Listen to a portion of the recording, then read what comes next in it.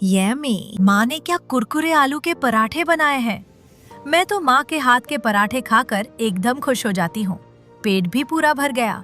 वो चुपके से प्लेट रखकर भाग रही थी। तभी माँ सुमित्रा बोली, रिया कहाँ भाग रही है? ये आखिरी 2 लोई बची हैं, इनसे पराठे बना दे। रिया ने पराठे बनाने शुरू किए, पर भरते वक्त पराठा फट गया। वो उसे ठीक करने लगी। माँ सुमित्रा बोली, फटेगा ही, तू इतना सारा आलू भर देगी? थोड़ा थोड़ा भर और धीमी आंच पर प्यार से सेक। माँ, ये पराठे बनाना पापड़ बेलने जैसा मुश्किल है, मुझे नहीं आता। ससुराल जाऊंगी तो क्या कहूँगी? बार कोशिश के बाद भी रिया के पराठे बिगड़ जाते। वो चिढ़ गईं। माँ सुमित्रा बोली, बेटी, ये मायका है इसलिए चल रहा है। ससुराल में जो कहेंगे वो बनाना ही पड़ेगा। और सुबह जल्दी उठने की आदत डाल ले। बहू को सुबह उठकर नाश्ता बनाना पड़ता है। हाँ माँ, समझ गई। रिया खुश मिजाज और लाडली थी। एक हफ्ते में उसने पराठे बनाना सीख लिया। कुछ महीने बाद उसकी शादी रोहन से हो गई। शादी के बाद रिया शर्मा परिवार में बहू बनकर आई।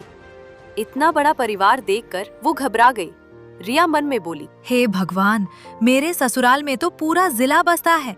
अब मुझे सबके लिए तीनों टाइम खाना बनाना पड़ेगा। रिया की सास कमला देवी ने कहा, बहू कहाँ खो गई? दाएं पैर से घर में आओ। मैं तुम्हारी सास कमला हूँ। ये तुम्हारे ससुर, ये दोनों जेठानी कविता नेहा, ये जेठ, ये बच्चे और ये ननद निशा। ननद निशा बोली, वेलकम भाभी, हम बहुत खुश हैं। जेठानियों के मन में लड्डू फूट रहे थे। देवरानी जी, आज तक बनाने खिलाने का काम हमारा था, अब आपकी बारी है। हमें रसोई से छुट्टी दो। रिया की सास कमला देवी ने कहा, चलो अब सब सो जाओ।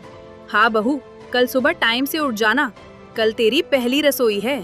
सुबह 5 बजे जेठानियों के बच्चे रूही और आरव रिया को जगाने लगे। चाची उठो, चाची उठो। क्या बात है बच्चों? चाची जल्दी उठो, हमें 7:45 पर स्कूल जाना है। लंच और नाश्ते के लिए आलू के पराठे बना दो। रिया घबराकर किचन में गई। 7 बजे तक सब नाश्ते के लिए जमा हो गए। रिया ने 25 से 30 पराठे और चाय बनाई। रिया ने कहा, मैंने सबके लिए भरवा आलू के पराठे और गरम चाय बनाई है।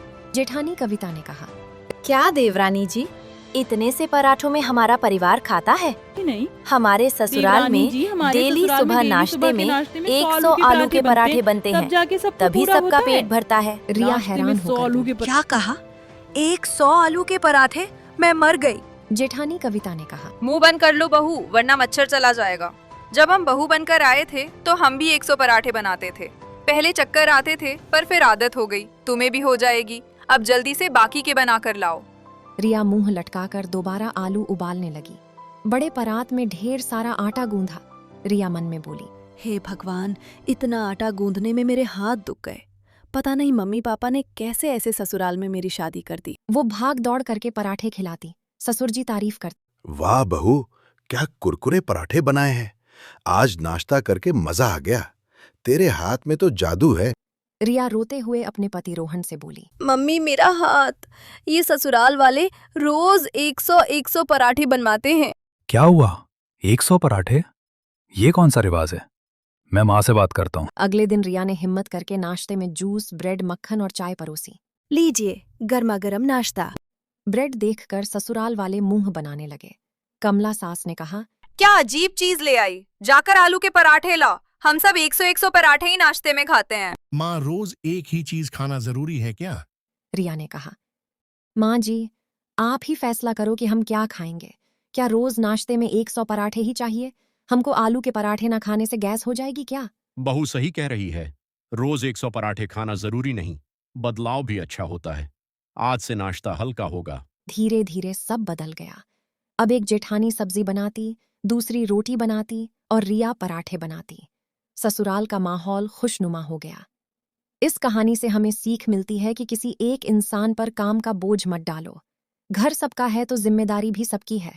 प्यार से समझाने पर बड़े से बड़ा रिवाज भी बदल सकता है। कैसी लगी कहानी? कमेंट में बताओ, आपको कौन सा हिस्सा सबसे अच्छा लगा।